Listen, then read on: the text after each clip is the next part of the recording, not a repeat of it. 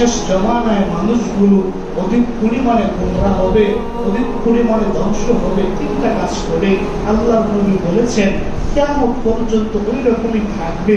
এক নাম্বার, শেষ জমানায় জিনা বেড়ে যাবে, জিনা ব্যভিচার বেড়ে যাবে। দুই নাম্বার, নেশা বেড়ে যাবে। তিন নাম্বার, নারী নর্তকী উলঙ্গপনা অধিক পরিমাণ করবে মানুষ।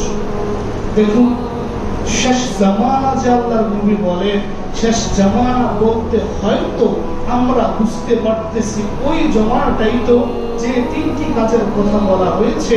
আজকে মুসলমানরে মদের বিরুদ্ধে সভা করা হয়, আফসোস। আজকে মুসলিম দেশে বেহায়াপনার বিরুদ্ধে সেমিনার করা হয়, আজকে জিনা ব্যভিচারের বিরুদ্ধে সেমিনার করা হয়। ওরে মুসলমান, তোমার বিভাগটা এতই গেলা হয়ে গিয়েছে, তোমার বিভাগটা এতই বিজাতিরা কেড়ে নিয়েছে। আজকে মুসলমান নেশা করবে কেন? আজকে মুসলমান মদ্যপান করবে কেন? আজকে মুসলমান জিনা করবে কেন?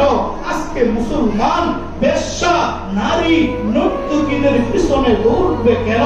আজকে মুসলমান পতিতালয়ে যাবে কেন?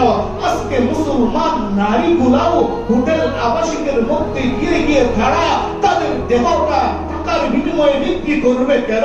ওরে মুসলমান, তোদের কাছে কি নামাজের ধ্বনি যায় নাই, আযানের ধ্বনি যায় নাই, হকের কথা কি যায় নাই?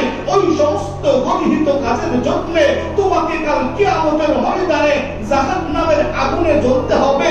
ওই রকম বিষয়টা কি তোমার কোরআন কানে ঢুকানো হয় নাই? অবশ্যই বলা হয়েছে।